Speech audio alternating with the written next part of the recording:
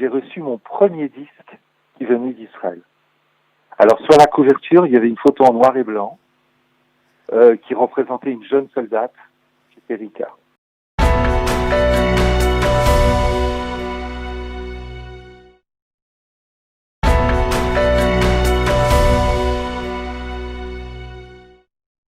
Benny Boré, qui a très bien connu Rick Azaray. Nous allons parler avec lui justement de cette grande figure de la chanson franco-israélienne, on peut le dire, Rick Azaray. Rick Azaray qui était un symbole en France, le symbole de la sabra israélienne, de la soldate qui avait effectué son service militaire à l'époque où l'État d'Israël était considéré comme une grande puissance après la guerre des 6 jours, et Rick Azaray a été devenu une personnalité très appréciée en France et en particulier dans la communauté juive de France. Benny, vous l'avez bien connu, Rick Azaray. Bonjour, Boker Tov. Boker Tov, Daniel, oui. Alors, oui. comment parleriez-vous aujourd'hui de Rika ? Qui était-elle pour vous et comment on peut définir Rick Azaray ?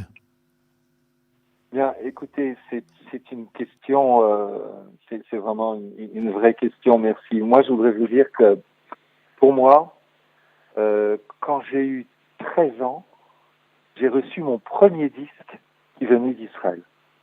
Alors, sur la couverture, il y avait une photo en noir et blanc qui représentait une jeune soldate, c'était Rika. Et pour vous dire, Daniel, pour moi, à 13 ans, et plus encore, c'était plus qu'une chanteuse. C'était un peu la voix du retour, c'était un peu la voix du miracle, un peu la voix de l'espoir. Ensemble avec Yafa Yarkoni, avec Shoshana Damari, avec qui j'ai eu la chance de travailler un peu plus tard, c'était le temps du En Brera. En Brera, en hébreu, c'est pas le choix.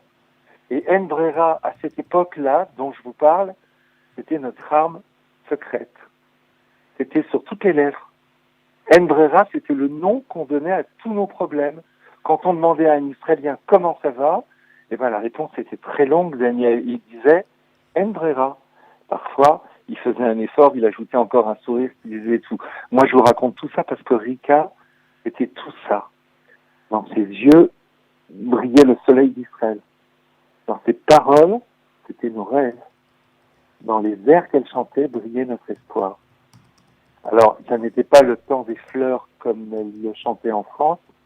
C'était ici le temps des chardons et des épines. Et pour nous, c'était les plus belles des fleurs. Ce n'était peut-être pas la plus grande chanteuse du monde, ni la plus grande chanteuse d'Israël, ni peut-être de Tel Aviv, mais elle chantait nos rêves. Et ça, c'était les plus belles chansons. C'est comme ça que je pourrais définir Rika. C'est inoubliable. Et alors, racontez-nous votre rencontre avec elle. Elle remonte, si j'en crois la photo que vous nous avez envoyée, elle remonte à bien longtemps, lorsque vous étiez encore très jeune. Alors, d'abord, j'ai eu la chance de la connaître quand j'avais 15 ans. C'était à Jaffa, dans un sous-sol. Il y avait un piano et une table. Devant le piano, s'était assis un jeune homme, les cheveux un peu longs, qui s'appelait Shlomo Gronir. Je n'avais aucune idée de qui il s'agissait à l'époque. Une jeune fille très jolie du nom de Rick Azaray s'était accoudée sur le piano et tous deux se sont mis à chanter. Alors plus tard, je l'ai connue avec notre bien-aimée Kerenor, qui œuvrait pour le bien-être des soldats. À l'époque, elle avait accepté d'interpréter sa chanson préférée, Yerushalayim Shel Zahav. Alors vous pensez, Daniel, qu'on était tous d'accord. La poussière de ces 6 jours qui ont changé notre vie n'était pas encore retombée. Et les cordes de la guitare de Shuli Nathan résonnaient encore en nos têtes. Et nous, on était au 7e ciel. Alors elle était accompagnée par une centaine de choristes. Le disque s'est vendu au profit des soldats. Et les soldats, c'est là où tout a commencé, puisque cette chanteuse s'est révélée dans une Lakat Faïd, dans un ensemble de soldats qui chantent à l'armée, qui d'ailleurs était le vivier de tous les grands chanteurs et chanteuses d'Israël. Alors là aussi, je voulais vous dire qu'au-delà de la mer, on était peut-être sans chemise et sans pantalon, mais de ce côté-ci de la mer, on n'était pas sans, on était avec des frissons de partout. Alors voilà, et puis après... C'était Benny, moi, on a à peu près le même âge. Moi, je me souviens surtout de Rick Azaray comme une forme de symbole de la force militaire de l'armée israélienne.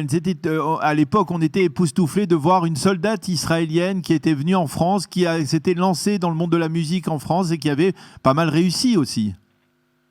Absolument. D'ailleurs, la deuxième fois où j'ai eu la chance, le cadeau de la connaître, c'était en 2003, avec son mari, Jean-Pierre Magnier. On a inventé à l'israélienne un grand spectacle en quelques jours pour les 12 heures de l'amitié à la porte de Versailles, qui à l'époque était organisé par le Fonds social et surtout Meir Habib et Gilles Taïeb.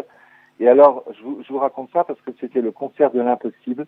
En quelques jours, on a dû inventer, et vous allez voir pourquoi je vous raconte tout ça, une scène imposante devant 30 000 personnes, un orchestre symphonique, une grande chorale, des chanteurs aimés de France et d'Israël. Et alors que nous, Jean-Pierre Magnier et moi, croulions sous les problèmes techniques, elle, Rika, naviguait, voguait sur les rêves.